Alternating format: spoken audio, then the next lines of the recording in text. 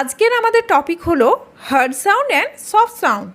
আমরা ফোনিক্স আলোচনায় শিখেছি যে ইংরেজির যে 26টি লেটার্স রয়েছে, অর্থাৎ এ টু জেড যে 26টি লেটার্স রয়েছে তার 44টি সাউন্ডস আছে। তাহলে এর অর্থ কী? এর অর্থ হলো বেশ কিছু লেটার্সের একাধিক সাউন্ড আছে। আজ আমরা যে দুটি লেটার্স নিয়ে আলোচনা করব সেটি হলো সি এবং জি। সি আর জি এই দুটি লেটার্সের দুটি করে সাউন্ড হয়। একটিকে বলা হয় সফট সাউন্ড, অন্যটি হলো হার্ড সাউন্ড। তো চলো প্রথমে দেখে নিই সি লেটার্সটি, তারপরে আমরা জি আসছি। লেটার সি এর সফট সাউন্ড হলো স, অর্থাৎ দন্ত শয়ের যে স সাউন্ড হয় সেইটি। আর হার্ড সাউন্ড কি না ক। তাহলে এখন প্রশ্ন হলো সি কখন স আর কখনই বা কয়ের মতো সাউন্ড করবে? উত্তর কিন্তু খুব সহজ। সি লেটারের পরে যখনই ই বা আই বা ওয়াই এই লেটারগুলি বসবে তখনই সি এর সাউন্ড হয়ে যাবে স।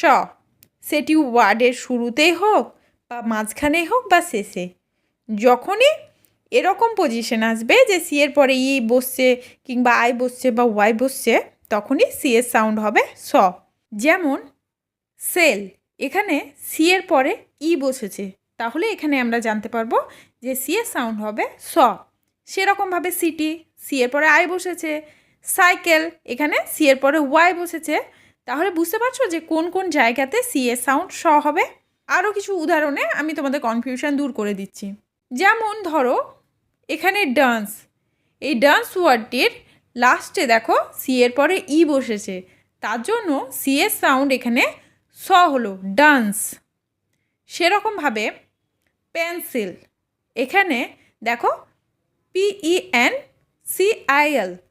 সি এর পরে আই বসেছে, তাহলে এখানে সি হয়ে গেল স, পেন্সিল। অনুরূপভাবে সাইক্লোন, দেখো এখানে সি এর পরে ওয়াই আছে, তাই এটা স, সাইক্লোন। সি কোথায় স এর মতো উচ্চারণ হয় এর আমি একটি লিস্ট দিয়ে দিলাম, তোমরা এটি পারলে স্ক্রিনশট নিয়ে রাখতে পারো। এবার আমরা দেখে নিই যে সি এর সাউন্ড কখন ক হয়। সি এর পরে যদি ই আই ওয়াই যেগুলি আমরা পূর্বে আলোচনা করলাম এই তিনটি লেটার বাদে যে লেটারই বসুক না কেন, সেটি ভাওয়েলও হতে পারে, কনসোনেন্টও হতে পারে, যাই বসুক না কেন সি এর সাউন্ড হবে ক, অর্থাৎ সি এর হার্ড সাউন্ড ইউজ হবে। আমরা ফোনিক্সে যেটি শিখেছিলাম যে সি সেজ ক, এখানে এই ক সাউন্ডের কথা বলা হয়েছে। যারা ফোনিক্স সংক্রান্ত আমার ভিডিওটি দেখোনি তাদেরকে রিকোয়েস্ট করবো আমার ভিডিওটি প্লিজ দেখে নিও, তাহলে তোমাদের এই পার্টটি বুঝতে খুব সহজ হবে। উদাহরণস্বরূপ এখানে আমি কিছু ওয়ার্ড নিয়েছি, দেখো যেমন ক্যাট, ক্রো, কম্পিউটার, কাপ। একটি জিনিস এখানে লক্ষ্য করো যে এখানে সি এর পরে কিন্তু কোনোটির ক্ষেত্রে ই বা আই বা ওয়াই নেই। দেখো ক্যাটের ক্ষেত্রে কি বসেছে না সি এর পরে এ বসেছে, তাহলে সি এর সাউন্ড কি হয়ে যাবে না ক হয়ে যাবে, তার জন্য এটি ক্যাট হয়েছে। অনুরূপভাবে সি এর পরে আর বসেছে, তার জন্য সি এর সাউন্ড ক, ক্রো। আশা করছি সি এর সাউন্ড কোথায় ক হবে সেটি ক্লিয়ার হয়েছে। এখানে সার্কাস এই ওয়ার্ডটি দেখো, প্রথমে সি এর পরে আই বসেছে, সি আই, তার জন্য এখানে সি এর সাউন্ড স হয়েছে। তারপরে দেখো C I R C U S, তাহলে এখানে সি এর পরে ইউ বসেছে, তাহলে সি এর সাউন্ড কী হবে? সি এর সাউন্ড ক হবে। তার জন্য এখানে একটি সি এখানে স, অন্যটি ক, সার্কাস।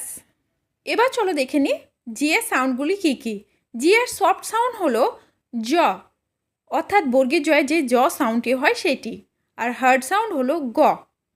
সি এর মতনই কোনো ওয়ার্ডে যদি জি এর পরে ই বা আই বা ওয়াই থাকে তাহলে জি এর সাউন্ড হয়ে যায় জ, অর্থাৎ জি এর সফট সাউন্ড ব্যবহৃত হয়। ফর এক্সাম্পল জিরাফ, দেখো এখানে জি এর পরে আই বসেছে, তাহলে এখানে জি এর সাউন্ড হয়ে গেল জ।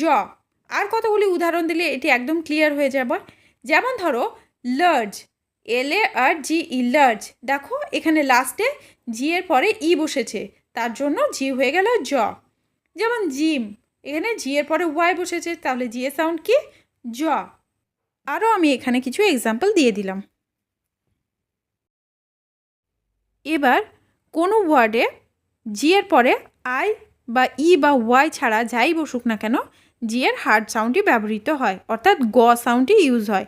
যেমন ধরো এখানে গ্রেট, গান, এখানে লক্ষ্য করো জি এর পরে আর বসেছে, ইউ বসেছে, তাই জি এর সাউন্ড হয়ে গেছে গ, যেটি আমরা ফোনিক্সে বাচ্চাদেরকে শিখিয়ে থাকি, জি সেজ গ। কিন্তু জি এর ক্ষেত্রে সাউন্ডের এই যে নিয়ম সেটি কিন্তু জি সবসময় মেনে চলে না। যেমন ধরো গার্ল, এখানে তো জি এর পরে আই রয়েছে, তাহলে এখানে জি এর সাউন্ডও জ হওয়া উচিত ছিল, কিন্তু তা না হয়ে গ হয়েছে। এরকম অনেকগুলি উদাহরণ রয়েছে, সেগুলি আমি লিস্ট তোমাদেরকে দিয়ে দিচ্ছি, যেখানে আই বা ই বা ওয়াই থাকার সত্ত্বেও জি এর সাউন্ড কিন্তু গ হয়েছে।